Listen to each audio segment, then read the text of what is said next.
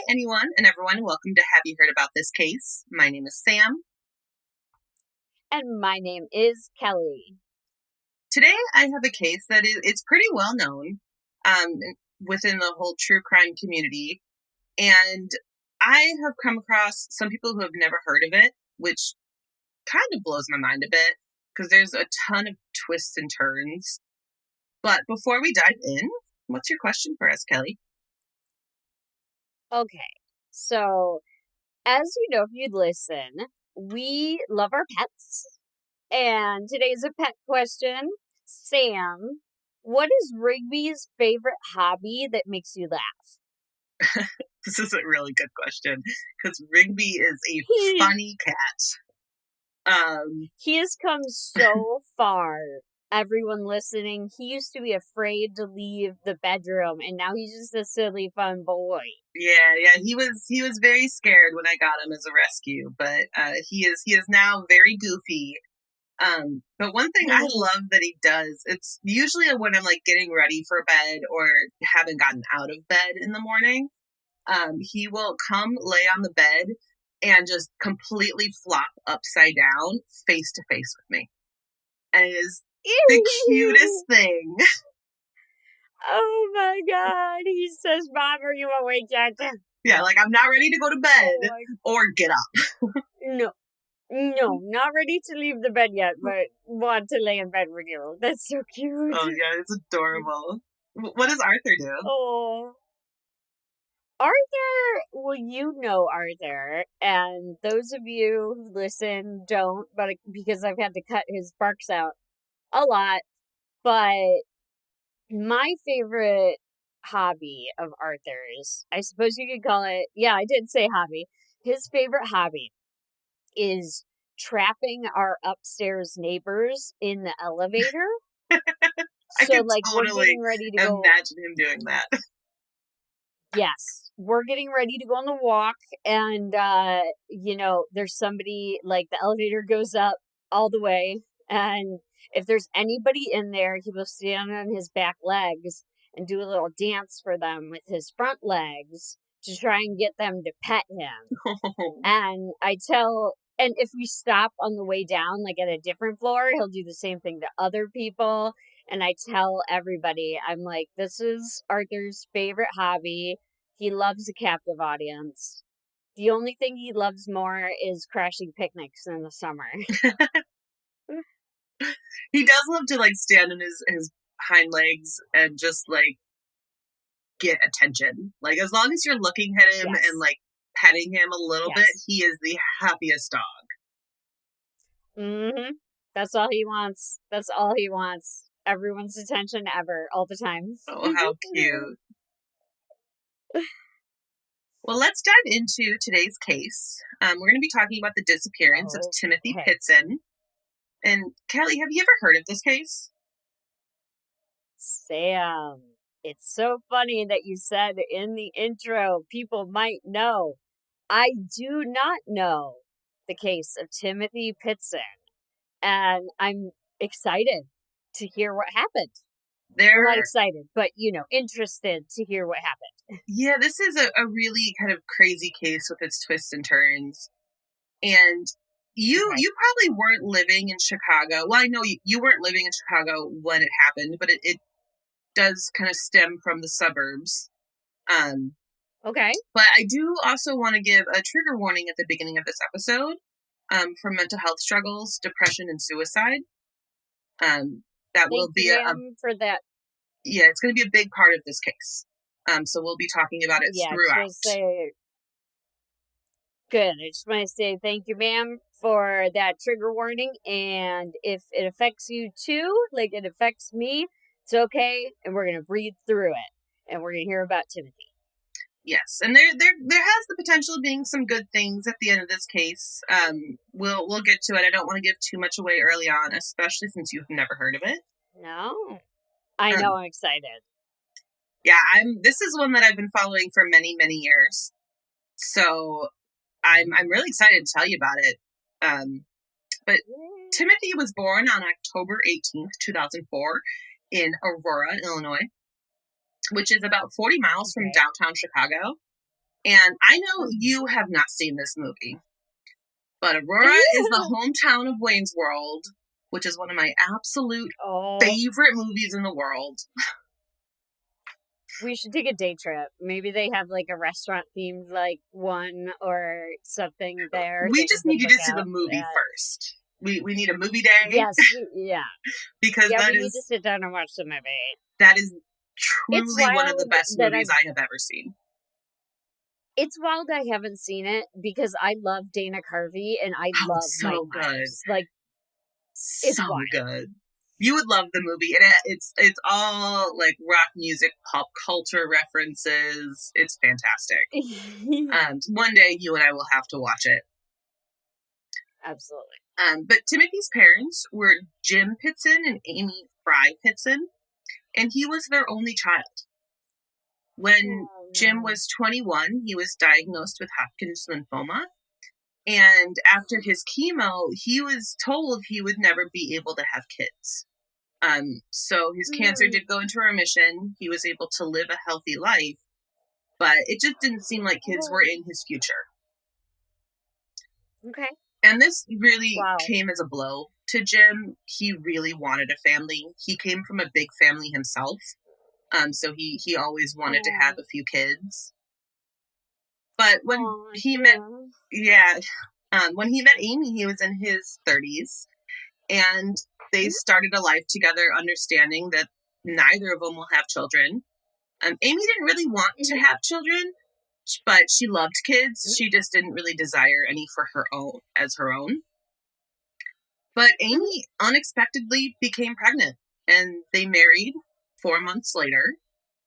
And immediately, Amy completely fell in love with Timothy. She stepped up to be his mother, and she just loved spending time with him. And they were described to kind of be attached at the hip. Oh, that's so sweet. That's so sweet. And to have it be such a kind of happy surprise. Exactly. And Timothy was very outgoing. And one of his former classmates, who remembers that he always had this ability to make friends.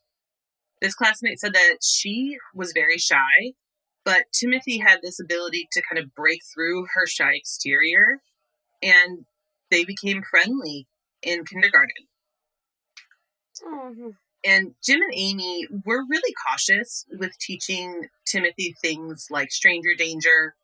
They had both grown up in Iowa when there were 2 boys who had both gone missing, and they grew up seeing their faces on milk cartons, similar to what we had talked about with Eaton Piats. Was that his name? Yes, you're right.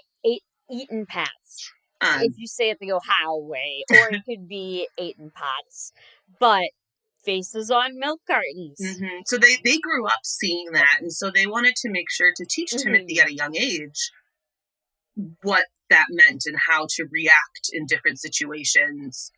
And even his dad went as far as to get an Illinois state ID for him, essentially as a toddler, young kid. He just wanted to make sure that they had all of their bases covered and that he was safe. Right, absolutely. Yeah. And you have to, that stranger danger has carried on so long just for the exact reason these parents are teaching him it, because not every adult is safe. And exactly. That sucks. And while Timothy was a friendly and happy child, his parents had their own fair share of struggles. Amy had a history with depression and had previously attempted suicide. Once was before... Amy. Yeah, she had a lot of struggles for many, many years.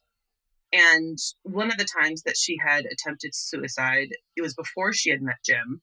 She had parked her car in some railroad tracks. And luckily, she changed her mind and she checked herself into a mental health facility. Oh my God. Oh, thank goodness she did that, because that is scary. That is my ultimate nightmare, just getting trapped on the train tracks and to be Mm-hmm. in such a dark place, to be like, no, that's where I want to be. I want to be Exactly. there. You need to check into a mental health facility. And I'm sure, Sam, you'll mention something like this, but please, if you are having thoughts like this, reach out, go to a mental health facility, find someone you can unburden yourself to. Absolutely. Unfortunately, this was not the Mm-hmm. solution for Amy. Mm-hmm. She did attempt suicide a second time. This time she was dating Jim. And I'm not sure if this was Okay. before or after Timothy was born. I kind of want to say Mm-hmm. before, just based on the context I read, but I never saw a date. But at this Okay. point, she had taken sleeping pills and she went to an area park. I believe it was kind of more of like a forest preserve type of park where she actually Oh. fell off a cliff and broke her back. And a hunter came Oh my across her to call God. 911, which saved her life. Oh my God. Thank God that hunter was there. Mm-hmm. Oh my God.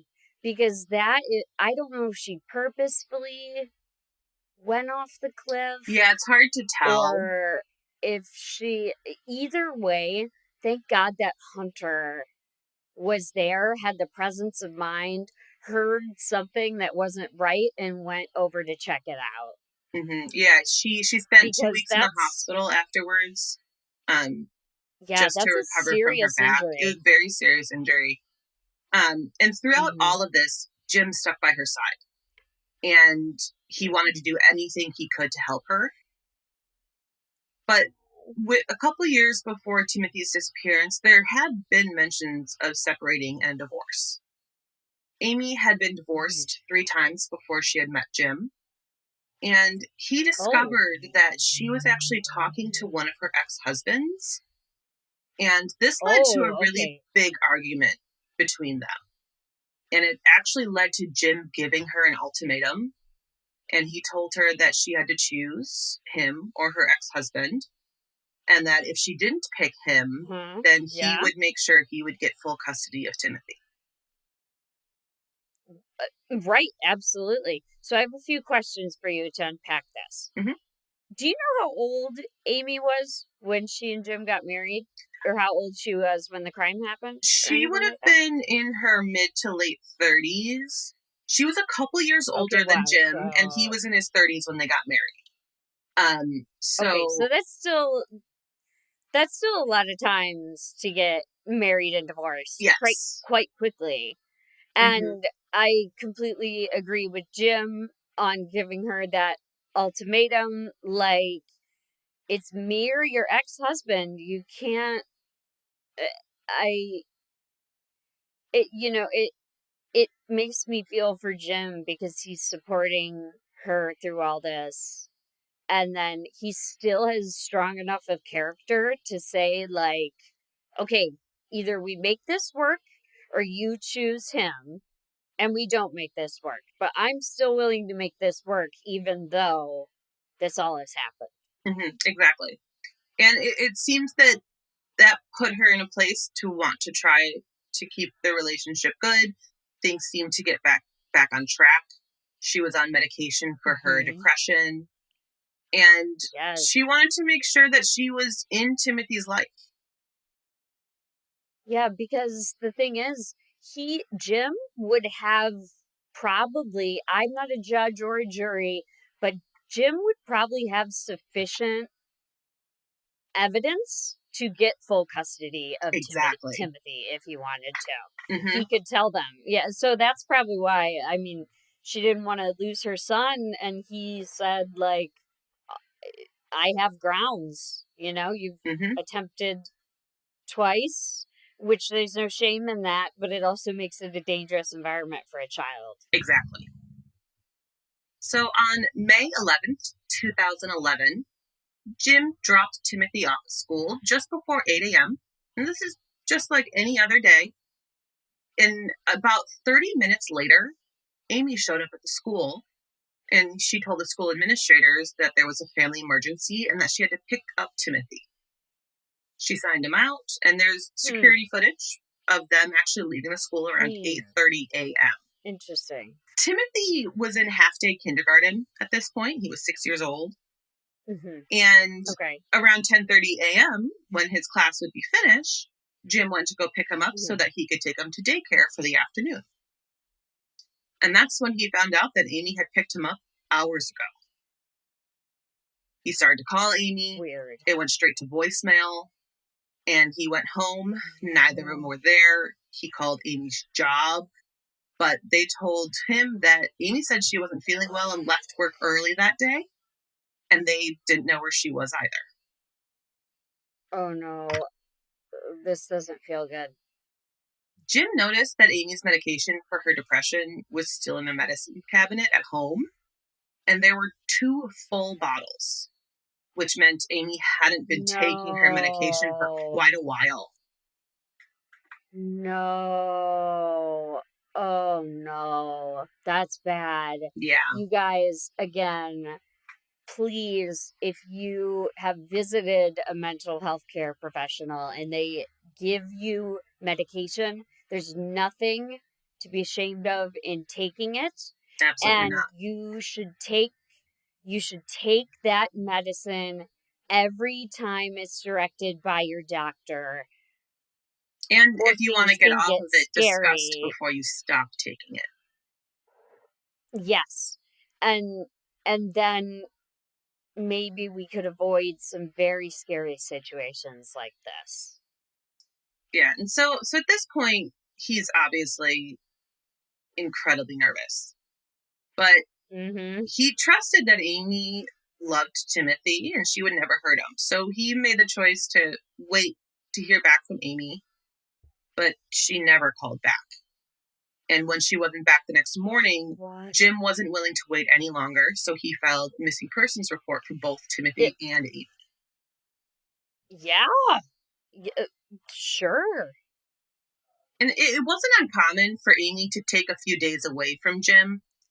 Usually she didn't take Timothy with her, but this seemed to be fairly consistent with arguments between the couple.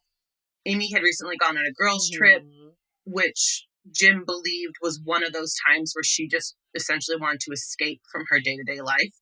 She actually went on a cruise, I believe, to the Bahamas. And this actually caused a lot of arguments in their relationship, this trip in particular.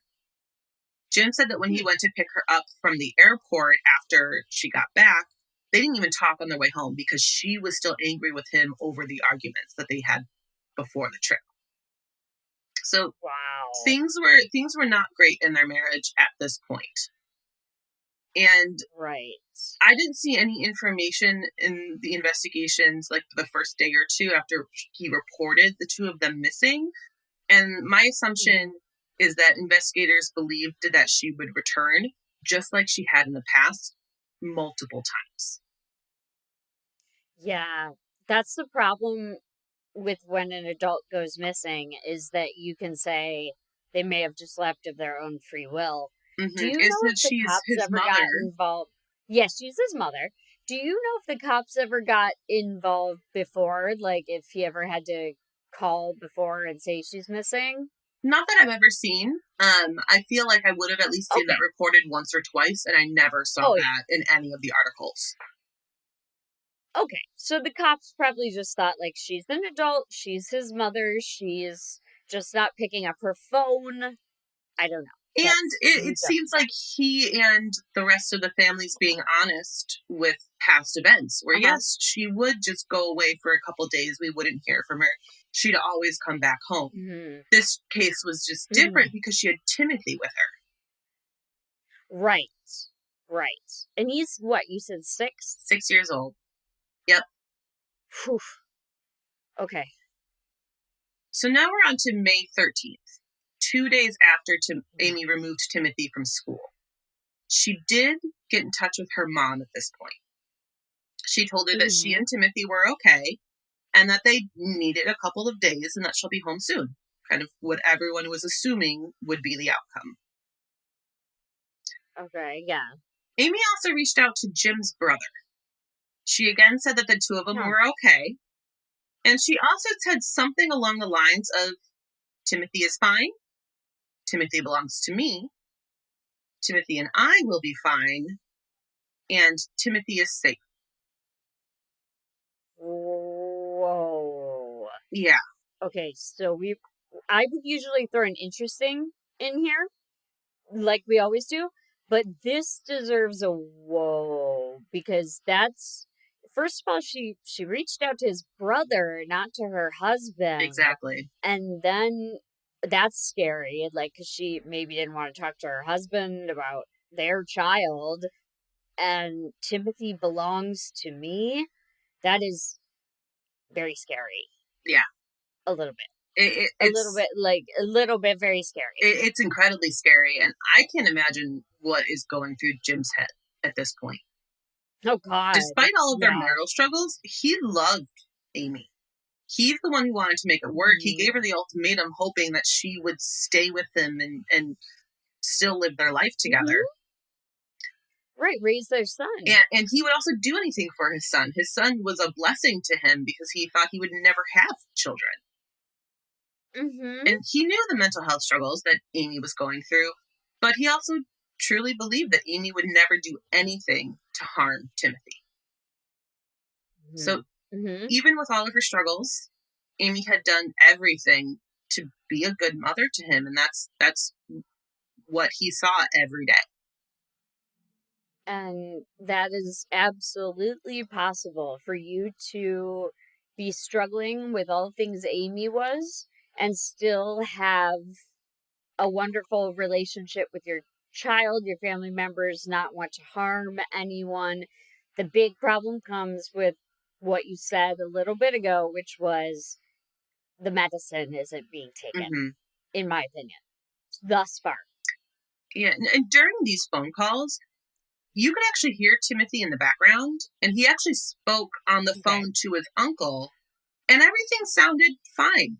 He was playing, having some fun. He said he was a little hungry. He wanted a snack, but that was it. And I want to call out with that, basically every article I read about this interaction pointed out that this sounded very normal, that Timothy didn't sound like he was in distress, and he wasn't being starved. He just wanted a snack. So it was very clear. A snack means something dinner than saying, like, Mom, I want lunch. You haven't given me lunch. Yeah, like she seems to be taking care of him, and he seems happy. And I think that's an important point to call out here 2 days after she's taken him out of school. Right. So the next day, on May 14th, in Rockford, Illinois, a housekeeper was doing her daily cleaning at the motel that she worked at. And she went to clean one of the rooms, but the chain lock prevented her from entering. She was able to see through the crack in the door a horrific and bloody scene. Amy had committed suicide by slitting her left wrist, cutting her own throat, in addition to taking a lethal dose of antihistamines. And Timothy was nowhere to be found in or near the motel. Oh, man, this is awful. This is awful.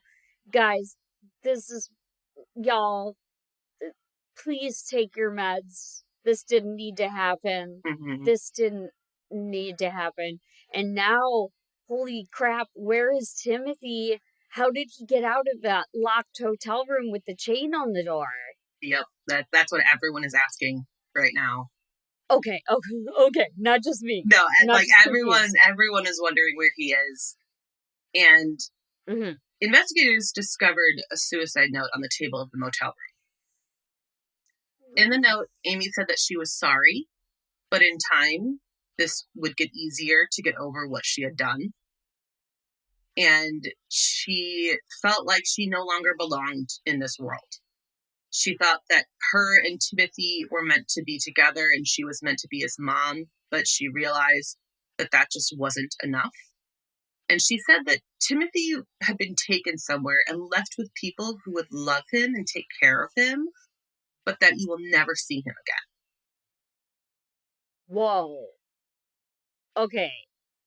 So this isn't just a suicide note. This is a you guys will never see Timothy again.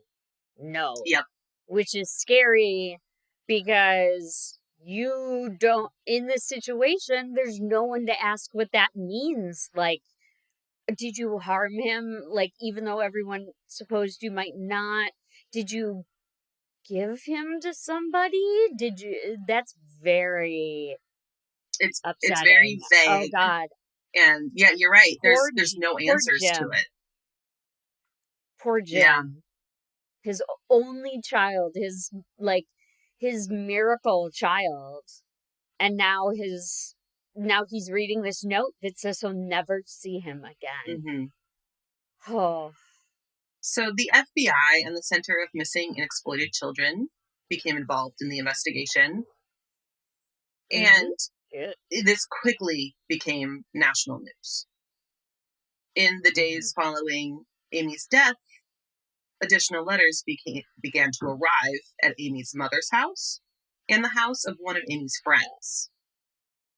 We're not entirely sure what's in these letters, but they seem to be additional suicide notes. And she basically apologizes for her actions and reiterates that Timothy is safe, but he will not be seen again. Oh my God. Just to reiterate it. And also, I just want to point out here that her friends got the letters too. And God forbid, knock wood, anything happened to you like this. If you sent me a letter that was essentially an additional suicide note, it would break my heart. It would shatter me. I feel so bad. I feel so bad for everyone involved, like her mom, for Jim, for her friends who probably feel now like they couldn't help her. That's so sad. Well, another thing is that Jim didn't receive a letter. Okay. So she purposely chose not to include him in whatever she's saying to them. And those letters haven't been publicly released. So we just kind of know a couple of bits and pieces that were mentioned during interviews. But I kind of think that that's the right way to go, because like the first suicide note clearly was meant for other people, but these letters maybe were meant to be kept private. I think they were more personal between those people. Yeah. And maybe, I feel like maybe that's why more of the details haven't come out. Just maybe because, out of respect. I don't know. But I do find it, as we say, interesting that Jim was left out. Yeah. During an interview with NBC Chicago, Jim says that in the note left in the motel room, Amy made it very clear that he specifically would never see his son again. And she said a lot of derogatory things towards him. And she wrote, quote, "I can't take the chance of Jim hurting Tim because of my choices." Okay. All right. So a lot to unpack here. Sorry. Every new line, I have stuff to unpack. There's going to be a whole lot more coming up, too. So, was there any evidence ever that Jim had hurt his child? Nope, not that I have ever found. Wow. And why would he want to? Because that's his, like I just said, his only child. He thought he could never have children. I wonder what Amy's diagnosis was. I wish I had that answer. Because I talk about that a bit later as well, that we don't necessarily know what was going through her head. The problem is probably HIPAA. Like they can't really release that. But I wonder if it was, not to speculate or trash talk. Anyone can have any kind of mental illness and still lead a productive and wonderful life. But I wonder if what she was suffering from was associated with delusions. That's kind And maybe of she where my brain was is going as locked in well. that.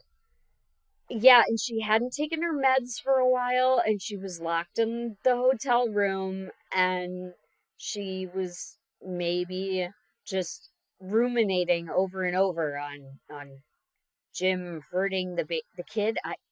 I don't know. Tell me more. Tell me So more. there's a whole lot more to this.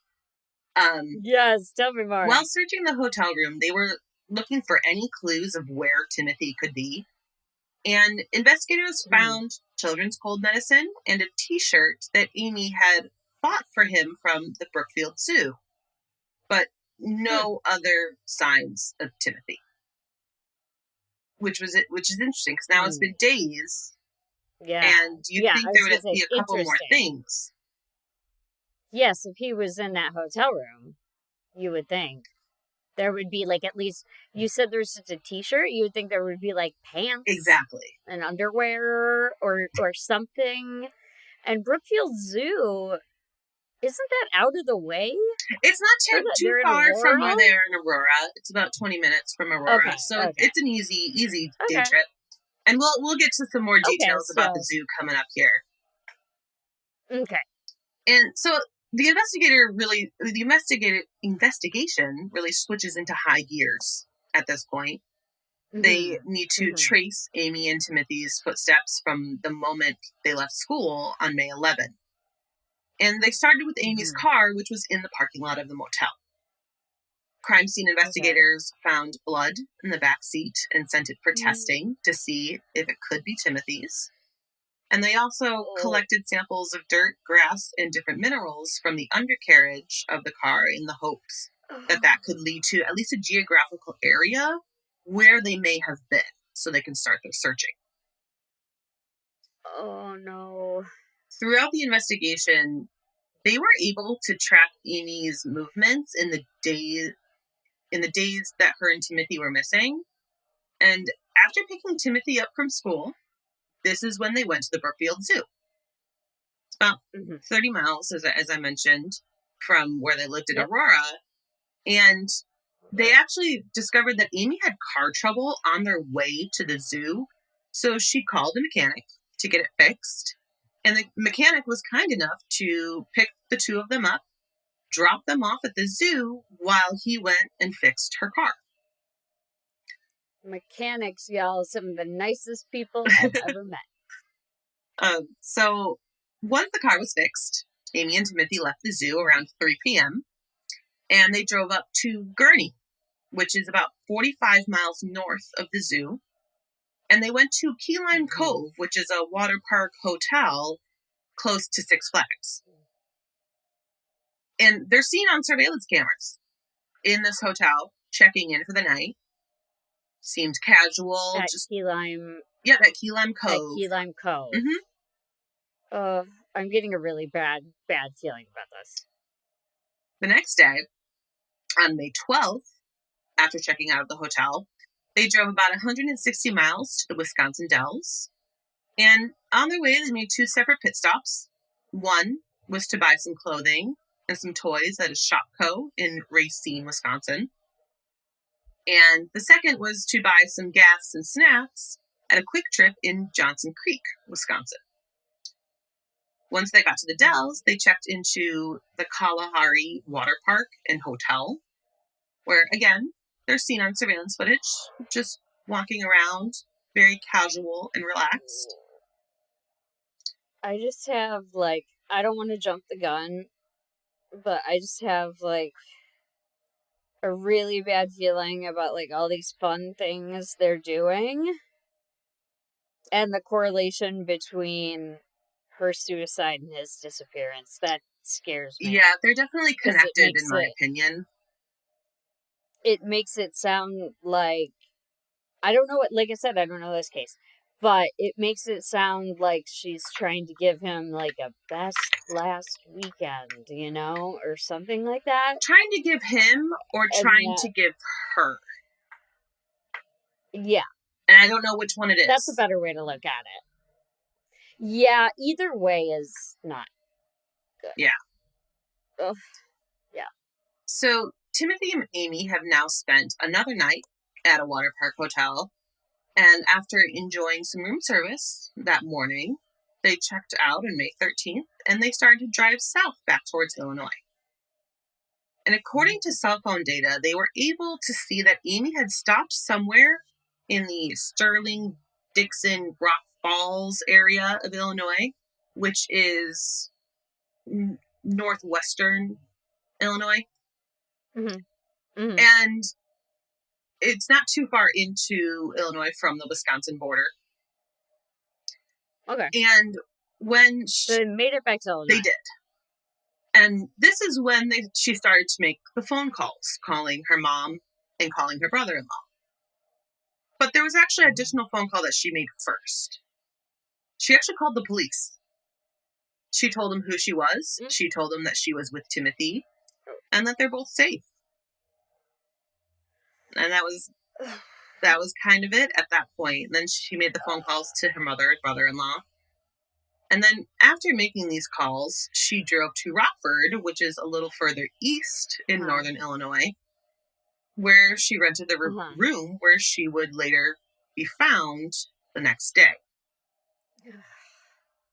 But on the evening of the 13th, the evening before she was found, she would be seen alone on surveillance footage at a Family Dollar in Winnebago, Illinois, buying the stationery, some pens and envelopes that was used for her suicide notes. And then she would be seen again about 30 minutes later, alone on surveillance footage from a grocery store. At this point, investigators don't know where Timothy is. In their surveillance footage, Amy looks, again, just very calm. Looks like she's just running errands like it's any other day. And one thing I'm very curious about, which I've never really seen mentioned, was whether Timothy was with Amy when she checked into the motel in Rockford. That is a very good question. Now that you mention it, I'm curious about that as well. And obviously, we've just laid out that she's appeared a couple times now on surveillance footage without him. Mm-hmm. So he's either alone in the hotel room in Rockford at 6, or did he make it to Rockford? Yep, that's the real question that they're trying to figure out at this point. Mm-hmm. So investigators are doing everything they can to piece this all together, and it's all just like fragmented pieces. They know that Amy bought clothes for Timothy at Shopko. And they know... Sorry. But they also know that the only thing they found in the hotel room was the Brookfield Zoo t-shirt that she purchased when they went to the zoo the day she took him. That's why I just screamed right so loud, because I was like, they only found, like, the t-shirt, and... She bought him clothes at the shop. She bought him clothes and toys. Like, she bought him a decent amount of stuff from the sound of it. Yeah, like, where'd that go? And investigators also are starting to wonder about the cold medicine that they found in the hotel room as well.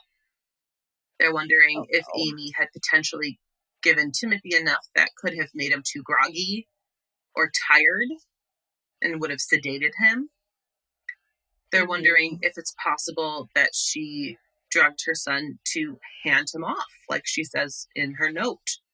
Or if she used it to sedate him, to kill him without scaring him, or for him to fight back. They don't have any answers to it right now. And they don't even know if the cold medicine was actually used. Didn't they say she used it as part of her suicide? She took antihistamines. It was not said that it was any sort of children's medicine. Okay. Those are two separate things. Yeah. Yeah, I goofed up my pills. But I am just, and I'm sure as it unfolds, we will learn more. But it's just incredibly concerning, the thought of, like, handing him off and telling everyone you'll never see him again, because it's really scary. I'm like, that sounds like trafficking. Right. It does. And at this point in the investigation, testing from the car had come back.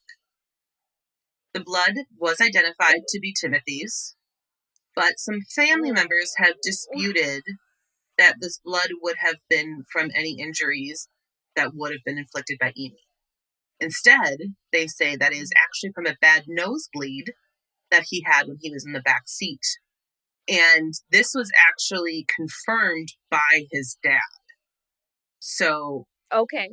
They were saying that he had this very terrible nosebleed while they were driving. Yeah. And it was all over him. It was all over the seat. Oh, I can tell you, as a child who had very severe nosebleeds, this is entirely possible. Like, I've been through this on numerous occasions. I had same. I had so many bad nosebleeds as a kid that one time I was in the upstairs bathroom of my home. My mother sleeps on the downstairs floor. My nosebleed was so bad that I was wrestling around up there making noise. She's coming up. What's going on? I've, at this point in the nosebleed, lost so much blood out my nose that I'm becoming dizzy. And my mom walks into the bathroom and saw all of the tissues and was like, I have to sit down. I'm getting dizzy just looking at it. Yeah, I've had a fair bit of situations like that. It's a lot of, it can be a lot of blood. Did they say if it was on the fabric of the back seat? It looked like, from the photos I've seen, that it was a leather seats. And okay. It also looks like it would have been cleaned up.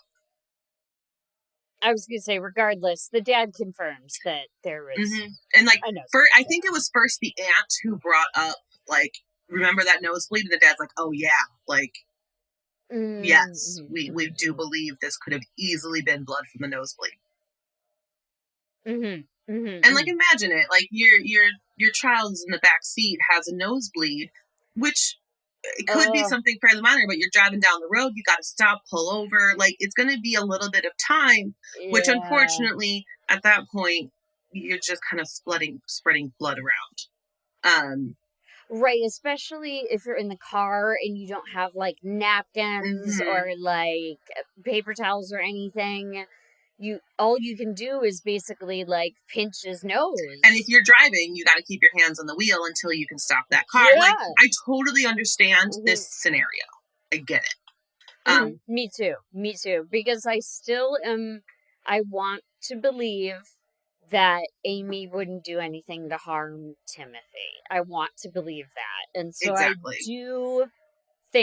I do think that it's possible this all could have come from a nosebleed. But now, let's look at the soil and grass samples that were taken. Yes. So, they took the samples from the undercarriage of the car and the tires, and they also took a sample that was actually in the back seat of the car. These samples matched, and they were able to determine from these that Amy had actually stopped the car on a gravel road. They couldn't determine exactly where, but they could tell that she'd stopped. And they could tell that wherever this was, there would have been a grassy area nearby that had a pond or a stream. And they can tell that this also was not a cornfield, which that's very common out in northwestern Illinois. There's a ton of farms, ton of corn. So that does kind of narrow down the area a little bit. You're right about that. And investigators believe that this likely would have been somewhere within Lee and Whiteside counties out in northwestern Illinois. But again, they just couldn't narrow it down specifically. But they found a variety of plants that are natural over there, and it all makes sense that it would have come from that area. I was going to say, it's incredible that they were able to figure out so much just from, like, soil samples and rock samples. That's very impressive. A big part of it is some of the samples they found were new traces of like blacktop, and they determined that there was this large area that the road had recently been redone. So they were able to determine that somewhere along that section of road that was redone, she'd likely traveled there. I hope that you stop the car for Timothy's nosebleed, and that's what they're saying. I'm hoping he didn't even have a nosebleed. But then how would the blood get there? The blood was before. That happened like before the disappearance. That's what the blood was drawn from, was remnants. Oh, okay. Excuse me. Whoopsie. So Amy's cell phone was not recovered from the motel or her car, and her iPass for Illinois tolls was also not found in her car. And a couple of years after Timothy's disappearance, her phone was recovered off of Route 78, north of Mount Carroll, Illinois, which is just about 55 miles west of Rockford. And what's interesting to me about this specifically is her phone was behind a barn. And their initial thoughts is that Amy threw the phone out of her car when she was driving. I'm not sure if it would have landed behind a barn. So I found that really interesting. I don't buy that either. But this general area where it was found lines up with the cell phone pings from when she called her mother and brother-in-law and police. So this whole general area, like, it's just proving that she was definitely there. In that area. And they didn't find her iPass, from what my understanding, but they could check iPass history and show that it was generally in that area as well. But they also found something very interesting when reviewing the history. They had discovered that she had gone up to this area twice within the last year. And no one in Amy's life back home in Aurora knew that she made these trips. So at this point, you're wondering if she planned this. Yes. And what I also am wondering, I mean, this has nothing to do with Timothy, but I wonder where that ex-husband lived that Jim found out she was talking to. That's a good question. I don't know. And if she had gone to see him, maybe, or maybe, just like you said, it was a dress rehearsal for what would happen to Timothy. I have the feeling that the ex-husband has nothing to do with it, just because I've never seen him discussed outside of that argument. Okay. But that's a good point, though, because I didn't mention this early on. She told nobody about, like, I just wonder because she was sort of found out by Jim. She didn't tell Jim. So I was like, maybe she, I don't know, made trips to see him. I don't know. It's possible. But go on with Jim and Amy are originally from Iowa. And this was the Illinois-Iowa border, essentially, where this all happened. So it's a valid point. I just think it would have been mentioned at least a little bit in articles over the years. I just haven't seen it other than the argument. But it geographically, it could make sense. It could, but you probably would have run across it in your research. Like, the police questioned X and X and X, and they said that. Yeah, I would assume so. But you never really know. Maybe they're keeping things quiet as well. But unfortunately, this is really kind of as far as the evidence was able to take investigators. They had no clue where Timothy was, whether he was even still alive. And while it's pretty rare, police could not rule out altruistic filicide, which is when a mother wants to protect her child so much, she will actually murder them. In their mind, it's a form of protection. And we're not going to be able to understand this, and we're not going to be able to understand what truly is going through Amy's mind when she's developed this potential plan. But she could have been suffering from severe depression. She could have been suffering from something that she was never diagnosed with, as we've kind of mentioned already. And we don't know what not taking her meds would have actually done to her. One thing we do know is when you quit mood stabilizing medications cold turkey, it has the potential of having severe psychological consequences that would have been out of Amy's control at this point. Yes, ma'am. So, like, yes, there's ma'am. so many different things that could have happened here that we just won't know. Yes, because the main player has unfortunately taken her own life, which is so sad. But altruistic feel aside, I wonder if they were able to take blood samples from that room and maybe find if any of it was Timothy's. It was not. And if it was... They did that. It was not. Okay. They tested the knife. Okay. They tested everything. Nothing came back to Timothy other than that t-shirt. Okay. So I'm leaning towards her handing him off to somebody and not killing him. I do think that early on, everything we've talked about, that she really loved Timothy. Mm-hmm. And I want to believe in my heart that she wouldn't hurt him. And also, just one last point. Please, y'all, don't go off mood stabilizing medications cold turkey. You must titrate down off of them, because Sam is correct. They can have severe psychological consequences that might make you act out of the norm. And also, it can be as extreme as you having a seizure from not taking those medicines. Yeah. So please consult your doctor if you want to go off medicine, so they can tell you if it's safe for your diagnosis to go off and how to do that. Exactly. And there's a lot of different things that can happen. And there's a lot of different things that could have influenced this case having to do with her own mental health. And while it seems like it was just a couple years before Timothy's disappearance, Jim did give Amy that ultimatum that if they were divorced, he would want to get full custody. And as you mentioned earlier, we know that there's a good possibility she would not have been granted full custody. And maybe she thought that was the way to protect him.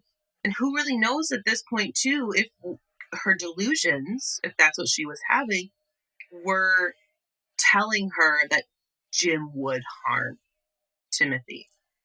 Yes. Because a lot of delusions can be like that. It can be like, this person will harm this person you love. I don't pretend to know. But I, for some reason, never connected the dots, even though we said it almost immediately that she could have lost full custody, that the whole reason she could have done this was just so that Jim could keep her from never seeing Timothy again. That's my thought. It just clicked. It clicked. It just clicked for me. And in her suicide note, she did not speak highly of Tim. She was of Jim. She didn't speak highly of Jim. And what if she convinced herself that he was the villain and he would harm Timothy after she had killed herself? Because also, in my opinion, she had made this decision to kill herself before she picked Timothy up from school. Yeah, and I agree with you, and that is so sad, because you've made your plan, and now you intend to act upon it, and she unfortunately did. And I think this also goes to the comments that she made to her brother-in-law, saying that Timothy was hers. Yes, she wasn't going to lose custody. Maybe that's what she meant. I think, in my opinion, that is what she meant. But still, we have the big question of, where is Timothy? Yeah, where is he? There's a couple theories out there. Some believe that Amy may have taken him to an Amish community in northwestern Illinois. And there's a lot of Amish communities up in that area. and she may have thought that he would be safe there because of the lack of modern technology, hoping that there'd be less opportunity to have him identified. I'm not sure if I believe this. I don't know a whole lot about the Amish lifestyle, but I do know that it's not like the Amish are completely cut off to the modern day world. No, they're still around. And I know there's certain situations where like they can drive. I've seen them downtown Chicago. Like there's different situations that allows them to step into the modern day world, whether they're using modern day technology or not. And I also know we fairly recently had everyone's cell phone in the country go off for that emergency test. And I read a ton of articles about how a ton of different Amish communities were up in arms about cell phones going off within their own community during this test. It created a lot of different conflict in these communities. And this is 2011. Cell phones weren't quite what they are now. But at that point in 2011, most people did have cell phones in their pockets. So I wouldn't be surprised if there are at least a few hidden cell phones in most Amish communities in 2011. Yeah, absolutely. So, and I can only speak to my experience, which is going to Amish country in Ohio. And even if they didn't have a cell phone, if there was like broad coverage and, you know, flyers, and it was maybe even on a TV or a newspaper, could have seen it. Absolutely. Yeah, they go into town. They go into town. They read the newspaper. They do business. I think that he would have been found if he was in an Amish community, in my personal opinion. But a lot of people think that. Maybe so as well. I think maybe so as well. And maybe they're right, and he's just been hidden for this long. But I think it would have come out. I think so too. Now. Especially with, like, I've seen this in a ton of true crime cases recently with the surge of 23andMe and home DNA tests and things like that. Yeah. You know, maybe at some point he'll be inspired to take a 23andMe or a DNA test, and it'll come back because he would have been 6 when he got there, so maybe he doesn't remember. And then hopefully the 23andMe would come back and reconnect him to Jim.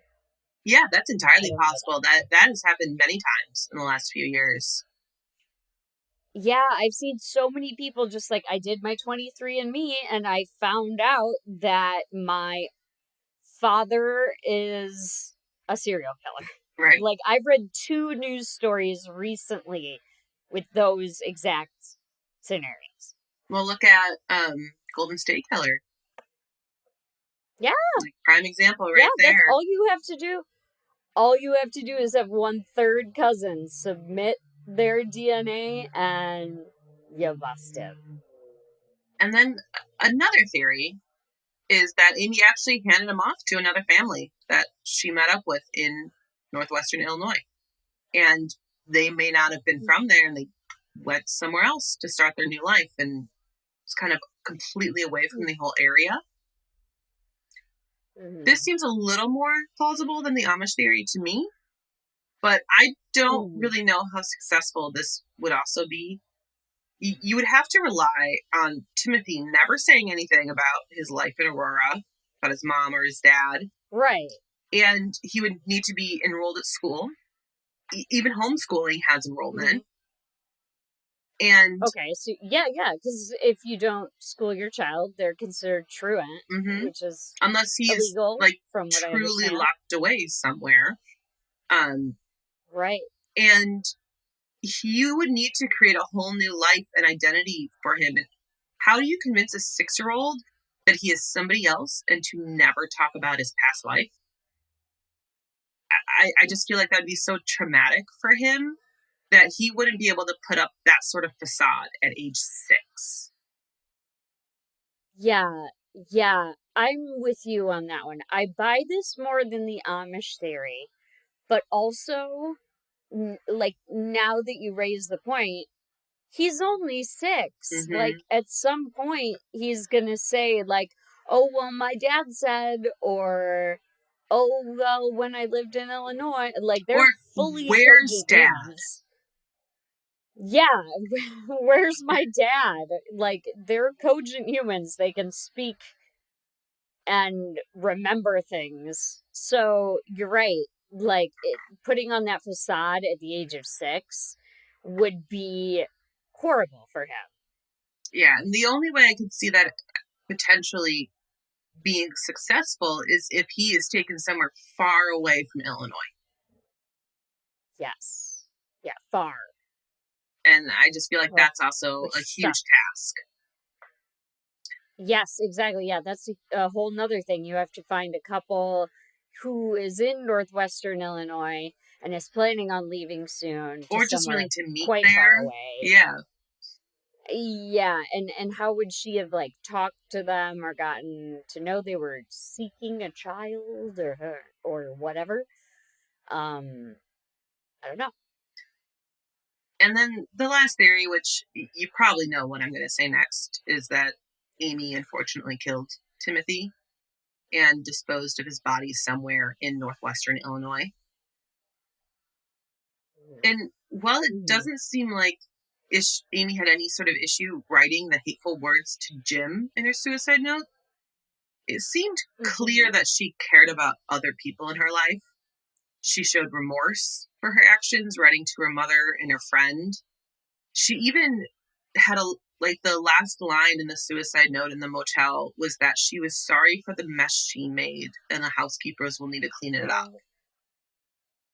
Oh, God. And so maybe she didn't want them to know what she had done in the hope, and decided to offer hope instead of more tragedy, and just let them continue to think that he is safe and okay, to not hurt them anymore. Yeah. This case sounds a lot like one that has been really well publicized lately. And shame on me for not knowing her name. Let me look up her name pretty quick. 1 second.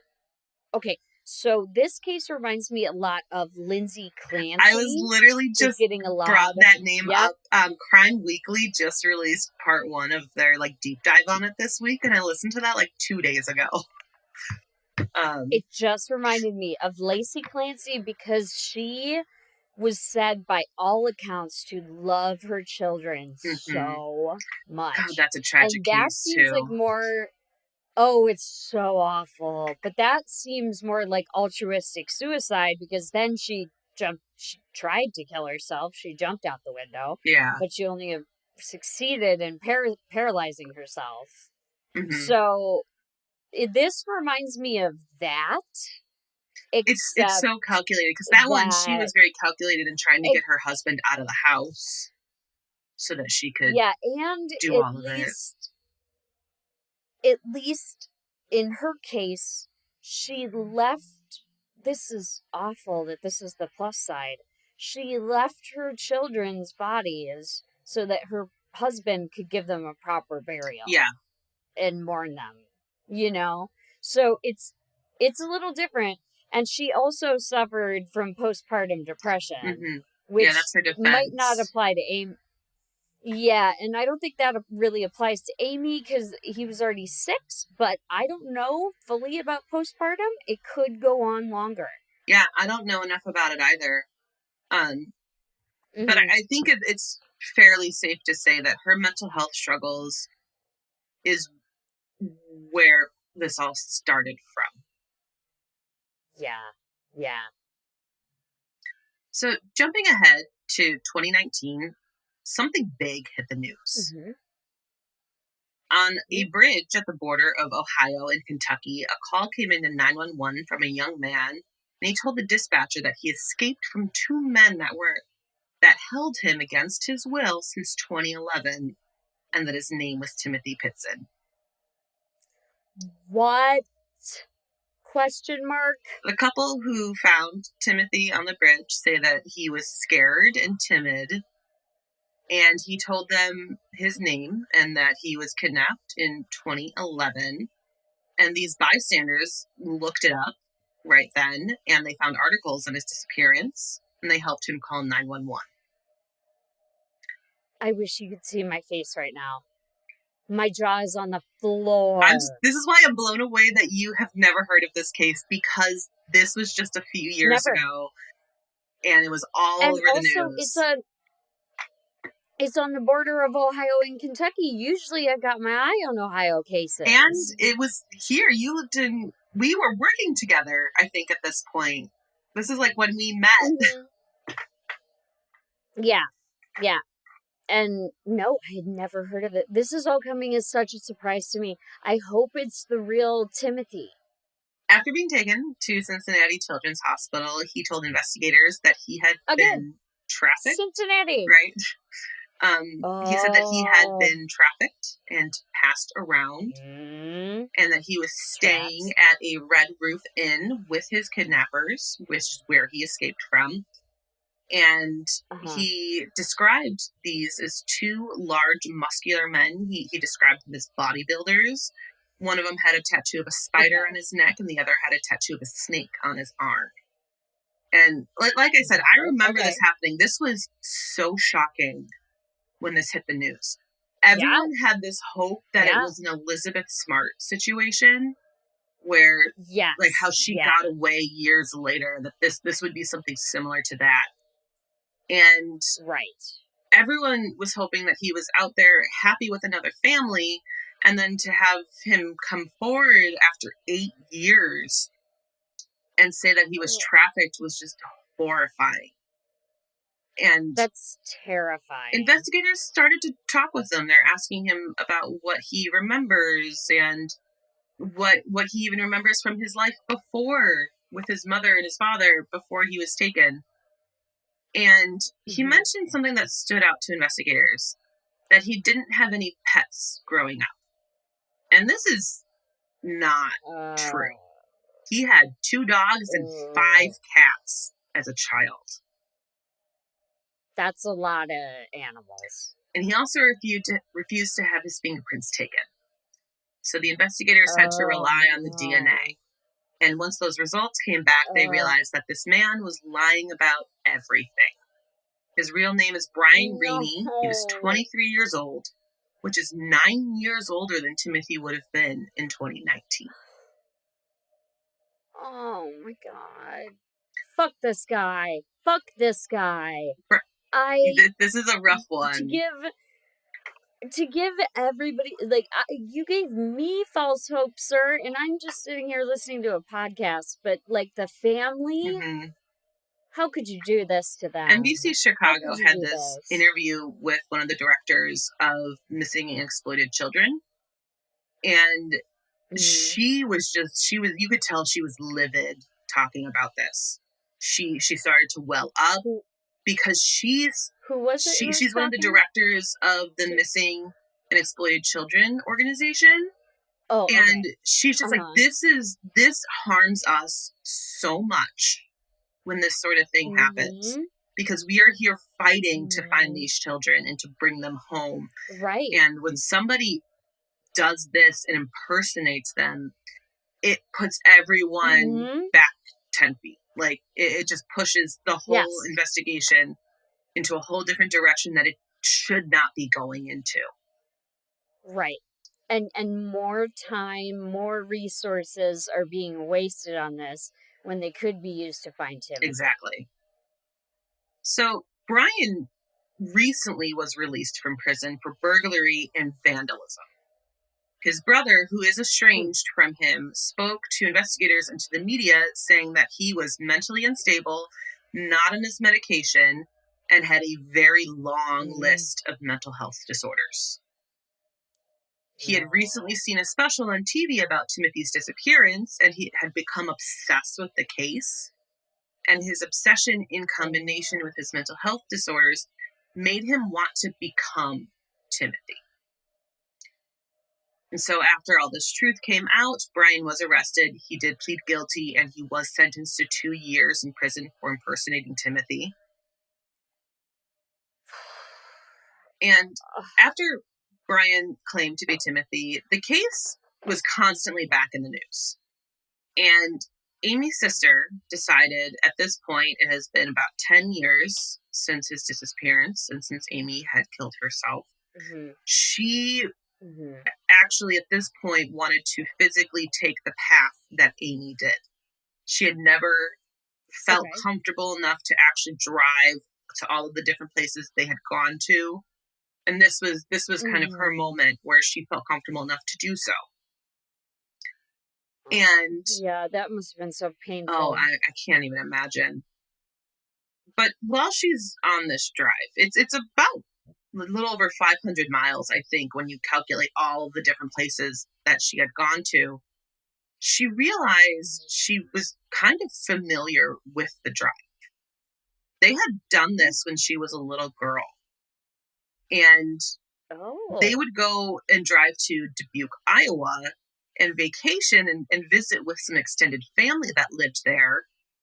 And that was the route that they would take. And she didn't realize it until she was actually on the road seeing it. And she actually mentioned at one point during the NBC special, which we'll link in the show notes, that Amy had actually lived in Dubuque with her grandparents for a short period of time. So Amy would have been very familiar with that area. They had family there. She potentially had friends there. And she believes that Amy could have met up with somebody from Dubuque to take Timothy. And she also is looking back on that security footage and just kind of thinking about everything as a whole. And that last footage of her, when Timothy isn't with her, she's buying the stationery. She just was so casual and calm. And her sister really believes that there's no way she would have hurt Timothy and then been able to act like that walking through a store. And so she still really believes that Timothy is out there and that he has the opportunity to be found. Yeah, and unfortunately, when somebody is suicidal and they have a plan in place and they know everything's sorted, meaning she might have already given Timothy to someone in Dubuque, they're typically very calm and at peace and ready to enact the plan. So I think her sister could be absolutely right that prior to that footage being taken, she may have done the last thing that made her feel comfortable, which was make sure Timothy was taken care of. I just wish that would have been her telling Jim to come and get him. Right. But in her head, it seems like Jim was kind of the enemy. Yeah, I forgot she wrote horrible things about him. Oh, no. Sheesh. So Timothy's family, they all, even Jim, doesn't believe that Amy would have killed Timothy. But unfortunately, we just don't have any more information.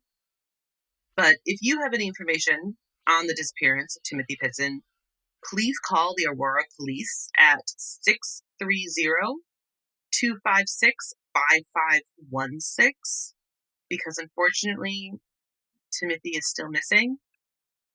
And that's all we really have.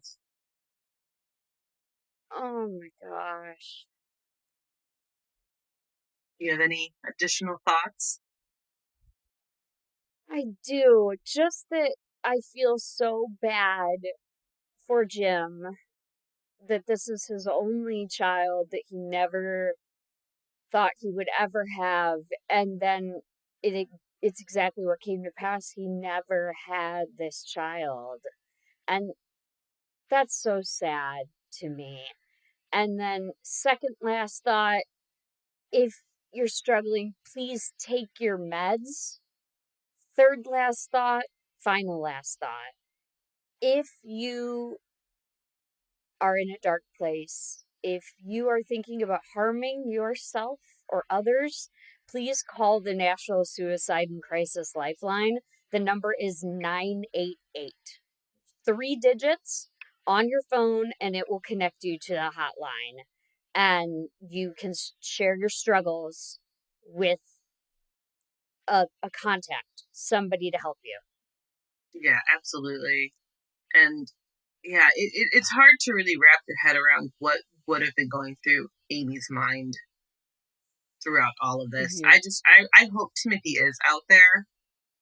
I can't, like, I don't even know. I can't, like, I don't lean either way necessarily, whether he is or isn't. Truly, yeah. And it's truly hard to speculate because we don't really know what mental illness she suffered from. Mm-hmm. Like if it was giving her delusions that Jim was the bad guy, or if she truly thought he was the bad guy. Right, or if there was something happening behind closed doors. We don't know any of it. Right. They're just all answers we won't know because, unfortunately, she took her own life, which is tragic no matter what. Mm-hmm. But thank you all for listening to Have You Heard About This Case? If you liked this episode, please leave us a review on Apple Podcasts. You can find us on Instagram at Have You Heard About This Case Pod, on TikTok at HYHATC, or you can email us at HaveYouHeardAboutThisCase@gmail.com. Thanks, and we'll talk to you later. Bye.